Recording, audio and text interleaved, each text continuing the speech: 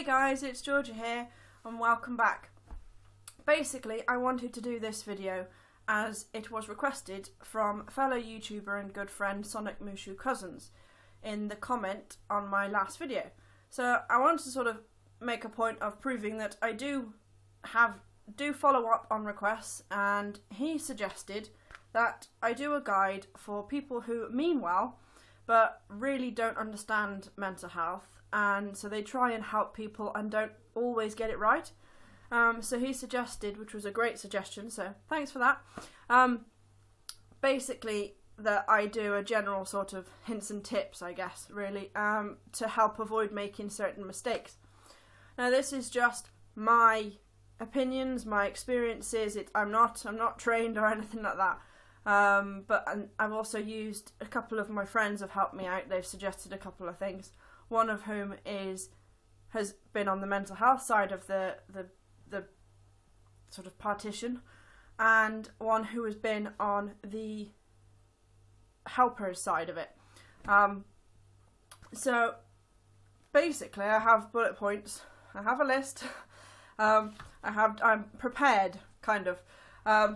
So basically, if you see me looking this way, I'm not sort of just staring off into the distance. I'm trying to make sure I'm on track. So the first thing I want to say to all of you people out there who try and help, even if you don't understand it, is thank you. Thank you for trying, and congratulations for being one of the few who do try, because not everybody does, which is really frustrating. And the whole point of me doing this, you know, and all the stuff I do is to raise awareness and reduce the stigma and get people talking and helping each other. So this isn't a criticism of you guys at all. I just want to make that very clear. We all appreciate that you try. But here are some tips that I have found, and some of my friends have aided me with, in how you can make sure that both parties of the friendship are benefiting. So the first thing is listen. The most important thing, I think, for any relationship, not just in specific cases where one party has a mental health issue, or maybe both do, but is to listen. I know it seems petty and stupid and just kind of a given, but you really need to listen. I think probably more so in when you're trying to help someone with mental health issues, because if you don't understand, the only way you're going to learn to understand and learn what works for that particular individual is by listening to that person. Because, you know, as I'm kind of skipping points here, but everyone is different. It's the same as physical issues. If 3 people in the same room have a cold, each person will feel it slightly differently. People might have different symptoms. One person might have a cold but be fine, and the other person might feel like death. And it's exactly the same for mental health issues. No 3 people will have exactly the same type or appearance of depression. You know, not one person with BPD is the same as another person with BPD, because everyone feels things differently, everyone reacts to things differently. So, listen, and if you're not sure about something, ask them. Ask that person, because most of the time they'll be able to tell you. And if they can't tell you, maybe you two can figure it out together, how to get past this problem, or what the problem is. Second is, don't try to fix them. This one is it's hard, because if you see somebody who's having a problem, I think for a lot of people the automatic reaction is to step in and go, "Oh, let me save you. I'll fix you." Swoop in and fix it and save the day. And I mean, as much as it's hard not to do it, please try not to, because mental health issues can't be fixed like, I don't know, someone who's had a breakup. You can't fix them in the same way that you would, you can't put a plaster on it and make it go away. You can't say one thing that'll, like, wave a magic wand and fix all the problems. People with mental health issues are having to live with these symptoms and however it affects them every moment of every day. For some people, for life. Some people will get better, but some people will have some symptoms for their entire lives. So for you to come along and try and fix it or sort of, save the day, it can actually be, if you're on the receiving end of that, feel like a slap in the face. It can feel like, it makes your problem seem simple, it downplays them, it can just give the wrong message. So don't try and fix it, just be there, which takes me on to the next one, which is just be a friend, be around for them. Just because another point I've got is if you aren't sure about something, ask. Don't make assumptions. But sometimes if you ask, the person that particular moment might not be able to explain. So sometimes just sitting with somebody, even it might seem stupidly mundane to you, but it can make such a difference to the person who's struggling. Just having company for an hour or half an hour even can make a difference that you wouldn't believe. So even the tiny small little things, they matter. So do take the time to just be with them, the person you're trying to help. Just be around them. You don't have to talk for hours and hours. You don't have to quiz them. Just sit and be with them. Another thing I've got is if you want to learn more, if you do want to sort of swat up, so to speak, on the particular mental illness that this person has, then you can use the internet, and I would encourage you to, but what I would say is make sure you're using it wisely. I would use sites such as Mind and the NHS website, because they're quite good at giving you sort of the basic facts. But you need to remember that they are just that, basic facts, written in a textbook on the NHS website in particular. They are not unique to individuals. They don't take into account the fact that everyone is different, the fact that, like I said before, everyone experiences things differently. So very much use them loosely. Do not take them as gospel, because they're not. And it kind of brings me back to my point about making assumptions. Because if you read something and then assume that because you've read it, that is what, that symptom looks like, and whoever you're trying to help then shows the symptom in a different way or doesn't show that symptom, you could then assume, oh well, clearly they don't have that mental health issue because they're not showing it in this particular way. But people do not fit in boxes. That's just not realistic, and that's not true life.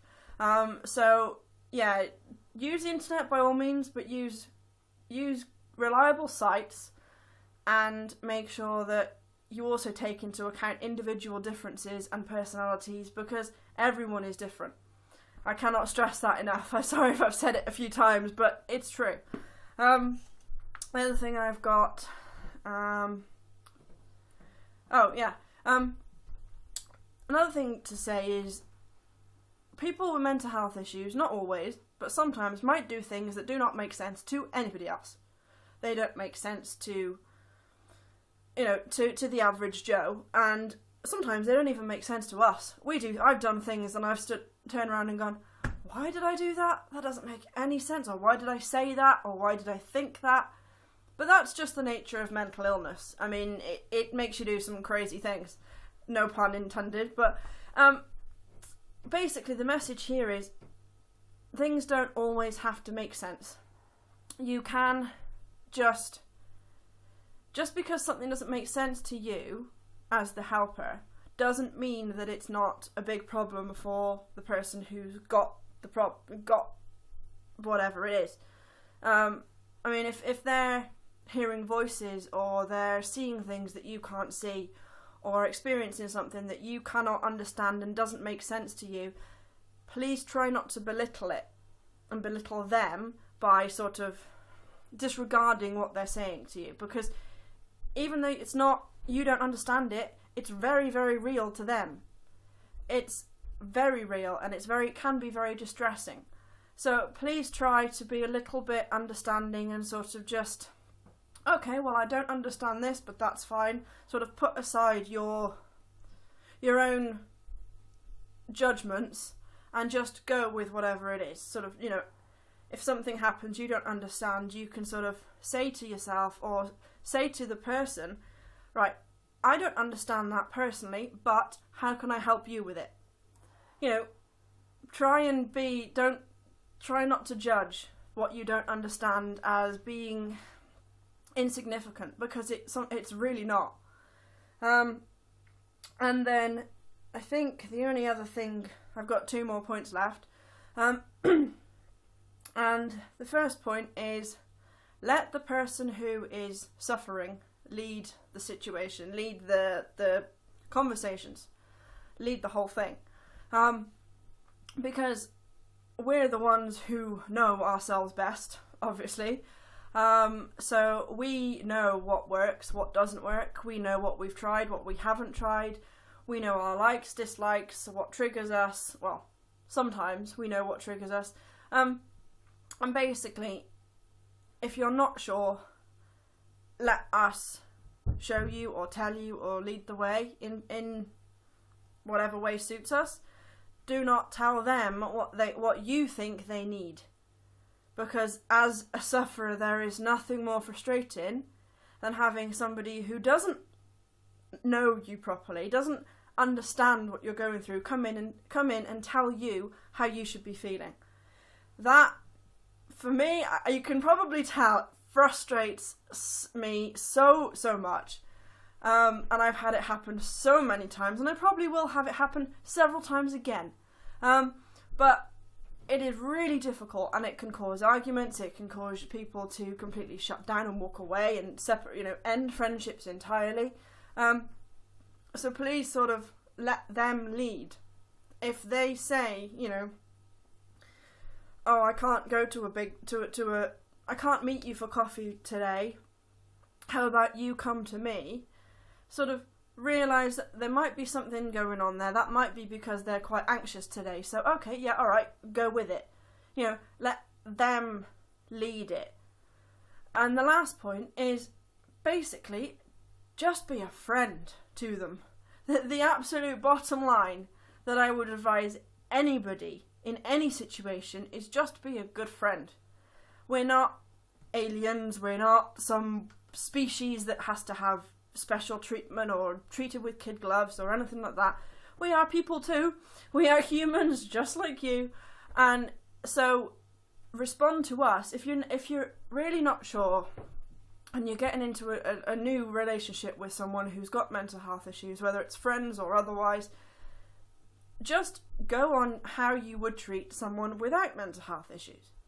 Because fundamentally, you can't go majorly wrong if you do that and you listen to them.